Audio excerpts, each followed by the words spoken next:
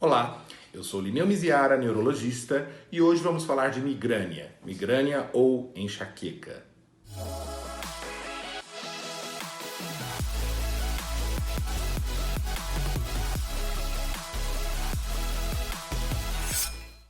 A migrânia ou enxaqueca é um tipo de dor de cabeça primária, ou seja, uma dor de cabeça que não tem uma causa orgânica conhecida. Dor de cabeça é a mesma coisa que cefaleia, mas existem inúmeros tipos de cefaleia ou dor de cabeça. E um dos mais comuns é a migrânia. Existem dores de cabeça que são, por outro lado, secundárias, ou seja, aquelas que têm uma causa orgânica determinada, como a dor de cabeça causada por uma hemorragia cerebral ou aquela causada por um tumor cerebral. Já a migrânia, como não tem ainda uma causa orgânica conhecida pela ciência, é uma dor de cabeça primária. E a migrânia é uma cefaleia muitas vezes de forte ou muito forte intensidade, que frequentemente interrompe as atividades diárias, levando a pessoa a se deitar. Por exemplo, a pessoa com migrânia muitas vezes não consegue ir assistir a uma aula, ir trabalhar. Ela, portanto, atrapalha muito a qualidade de vida das pessoas, diminui a produtividade, atrapalha os casamentos. E a migrânia muitas vezes lateja. Na maioria das vezes é uma dor que pulsa como um coração batendo, ela frequentemente acomete um lado só da cabeça e muitas vezes muda de lado, mesmo entre uma crise e a próxima, ou na própria crise. Ela pode começar, por exemplo, à direita e passar a acontecer à esquerda. A migrânia frequentemente piora com os esforços físicos de rotina, como subir escadas, andar, lavar roupas, e, portanto, durante a dor o paciente prefere se recolher, ficar quieto, deitar.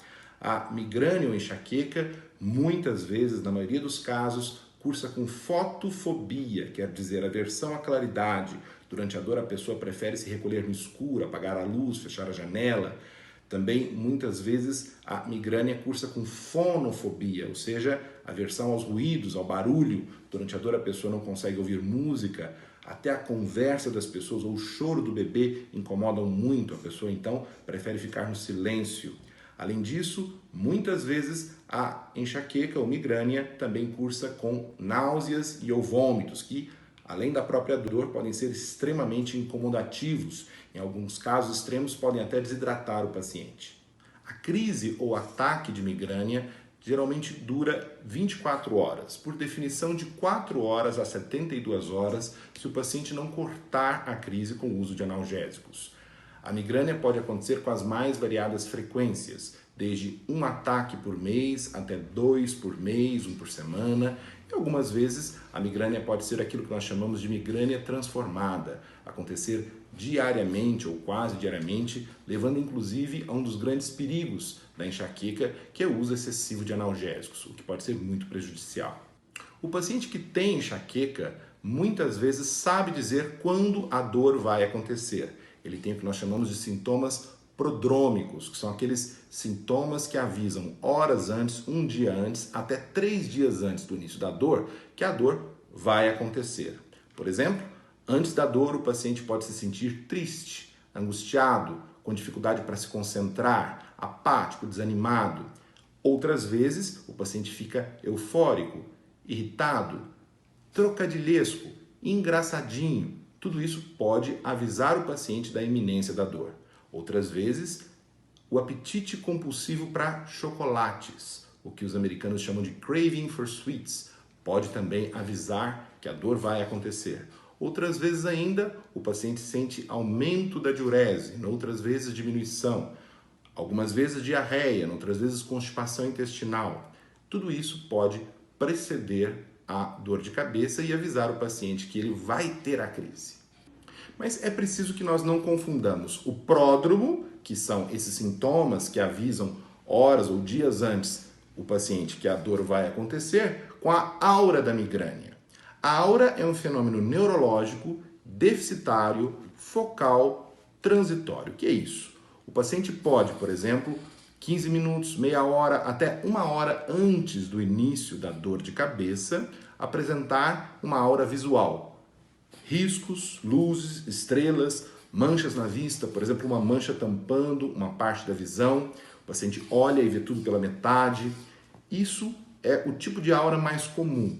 Sabemos hoje que isso não é isquemia no cérebro, isso não é nada grave, não é um tumor no cérebro, isso não tem nada a ver com epilepsia, é um fenômeno neurológico deficitário, porque os neurônios estão funcionando menos e isso faz parte da migrânia de muitos pacientes. Muitas vezes o paciente que sofre de aura visual enxerga uma imagem chamada de teicopsia, do grego espectro de fortificação. Espectro fantasma, a imagem é brilhante. De fortificação, porque a imagem em zigue-zague se assemelha às fortificações, às muralhas das cidades medievais que as protegiam das invasões bárbaras. Daí essa imagem brilhante em zigue-zague, que geralmente começa pequena aqui no campo nasal da visão e vai paulatinamente crescendo, expandindo, muitas vezes arrastando um escotoma, uma mancha que tampa a visão. Além disso, existe a aura sensitiva ou somatosensorial, que consiste de formigamentos, agulhinhas, que iniciam geralmente nas extremidades distais dos dedos de uma mão e vão ascendendo lentamente com o correr dos minutos pelo antebraço, braço, comissura labial, língua do mesmo lado, a aura sensitiva. E mais raramente ainda temos a aura da fala. Durante a mesma, o paciente vai falar e tem dificuldade, tem uma afasia, uma disfasia, pode trocar as palavras, pode não conseguir verbalizar. A aura, por definição, dura de 5 minutos a 60 minutos. Mais do que 60 minutos, estamos diante de uma aura atípica prolongada que deve ser investigada. Mas quando a aura é típica, na grande maioria das vezes, é um fenômeno benigno, voltamos a dizer, não é nada grave dentro do cérebro. As auras visual, sensitiva, da fala, além disso, podem acontecer se sobrepondo. O paciente pode ter aura visual e sensitiva ao mesmo tempo, por exemplo. E nesse caso, a somatória da duração das auras, aí sim, pode passar de uma hora no máximo para cada tipo de aura. O que causa a migrânia? Qual é o motivo pelo qual tanta gente tem enxaqueca? É claro que a medicina não conhece nenhuma alteração orgânica que leva à dor, por isso que é uma dor considerada primária, mas muitos estudos existem tentando identificar a fisiopatologia da enxaqueca. Sabemos que, muito provavelmente, a enxaqueca tem a ver com núcleos localizados no bulbo, o locus coeruleus, o núcleo dorsal da RAF, que, acredita-se, estimulariam uma condição invertida do nervo trigêmeo, a chamada condição antidrômica. O nervo trigêmeo faz a inervação sensitiva dos vasos cranianos, portanto ele traz a sensibilidade desses vasos. Nessa condição invertida antidrômica, o nervo trigêmeo, por causa da ativação dos núcleos do bulbo, acaba desencadeando estímulos que liberam nas extremidades do nervo trigêmeo, que teriam a função de fazer a inervação da sensibilidade dos vasos, nessas extremidades, substâncias, citocinas, substâncias inflamatórias que inflamam esses vasos, causando muita dor. E qual seria a causa desse misterioso fenômeno da aura, que tantas vezes é assustador para o paciente, sobretudo para o paciente que o está apresentando pela primeira vez?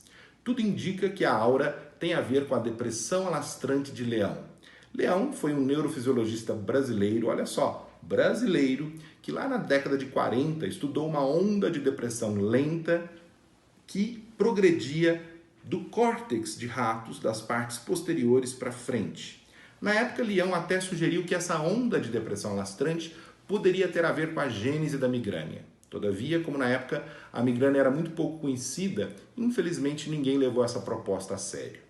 A partir dos anos 80, muitos estudos vêm mostrando que, muito provavelmente, é essa mesma depressão alastrante estudada por Leão a grande responsável pela aura da migrânia. Essa onda de depressão, à medida que progride das partes de trás do córtex para frente, vai causando um baixo funcionamento dos neurônios, um baixo funcionamento das células cerebrais, e isso levaria aos fenômenos de aura visual, manchas, riscos, luzes, estrelas, aura sensitiva, formigamentos que vão subindo pelo membro, aura da fala, dificuldade para falar.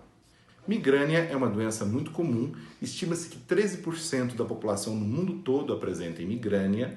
Ela é mais comum nas mulheres, para cada homem, 2 a 3 mulheres apresentam migrânia, e ela muitas vezes se inicia na infância, geralmente ela começa antes dos 35 anos de idade. Muitos pacientes que apresentam migrânia notam fatores desencadeantes para a dor. O mais comum deles, certamente, é o estresse, a angústia, a tristeza, as decepções da vida. Mas existem outros fatores, como, por exemplo, alimentos. Muitos pacientes que têm enxaqueca consistentemente notam que, quando ingerem frituras, condimentos enlatados, chocolate e outros doces, leite derivados, álcool, principalmente vinho tinto, frutas como abacaxi, laranja, melancia, têm a dor de cabeça. Outros fatores desencadeantes também acontecem, como ficar sem dormir ou mesmo dormir muitas horas em jejum. E é sempre importante lembrar que a menstruação é um fator desencadeante bastante comum. 60% das mulheres que têm migrânia notam piora na frequência e na intensidade de seus ataques no período menstrual. E é sempre importante reiterar que o abuso de analgésicos, usar diariamente ou frequentemente qualquer remédio para dor, seja Neosaldina, Tilenol, Novalgina, anti-inflamatórios, Cefalium, qualquer analgésico em excesso, é sempre perigoso. O excesso de analgésicos pode causar hepatite medicamentosa, nefrite intersticial, úlcera péptica, muitas outras alterações cardiovasculares. E além disso, usar analgésicos excessivamente não é a solução para as dores. Eles vão, ao longo do tempo, até piorando as dores de cabeça, tornando as dores mais frequentes, mais resistentes ao tratamento. Então, se você tem migrânia, sobretudo se você tem crises frequentes, ou mesmo se você não tem crises frequentes, mas quando tem a crise, ela é extremamente incomodativa, ela atrapalha excessivamente a sua qualidade de vida, ela tira a graça da sua vida, o tratamento adequado deve ser feito por um bom neurologista ou mesmo um bom clínico que entenda de cefaleias, com medicamentos profiláticos, ou seja, o remedinho que você vai usar não na hora que dói a cabeça, mas todo dia de horário, durante algum tempo, para prevenir a dor. E é claro, não é só medicamento que trata a migrânia. Alterar as condições de vida, tentar melhorar o estresse, a angústia, a tristeza, até com a ajuda de psicoterapia, quando indicado, pode ser muito útil. Identificar fatores desencadeantes, como certos alimentos, como jejum prolongado, por exemplo, e tentar removê-los à medida do possível da vida. A atividade física aeróbica com regularidade pode ajudar bastante. Técnicas de relaxamento, ou seja, o tratamento da migrânia deve ser multidisciplinar, deve abordar a vida como um todo para torná-la mais saudável, mais feliz. Recordando, a migrânia é mais comum em mulheres abaixo dos 40 anos, mas pode acontecer em qualquer idade, cursa com fotofobia, muitas vezes o paciente usa óculos escuros, fica no escuro, apaga a luz, fecha a janela, cursa com fonofobia. Náuseas e vômitos são muito comuns e frequentemente são o que mais incomoda o paciente, além da própria dor. É muito comum o paciente vir a um pronto-socorro com cefaleia intensa e é fundamental que o médico plantonista lembre que nem toda cefaleia intensa aguda é migrânia. Existe a possibilidade de uma hemorragia subaracnoideia, por exemplo, uma doença grave que precisa ser imediatamente diagnosticada. Existe sempre a possibilidade de meningite. Como fazer o diagnóstico diferencial? Esse é um tema muito interessante que será a nossa próxima aula. Espero que vocês tenham gostado e conto com vocês darem uma clicadinha aí embaixo dizendo que gostaram, assinem o canal. Lembre, neurologia pode salvar vidas. Até a próxima.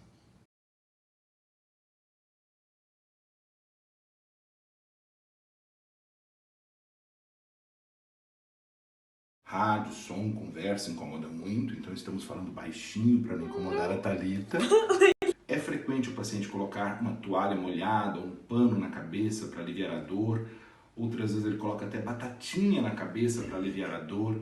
E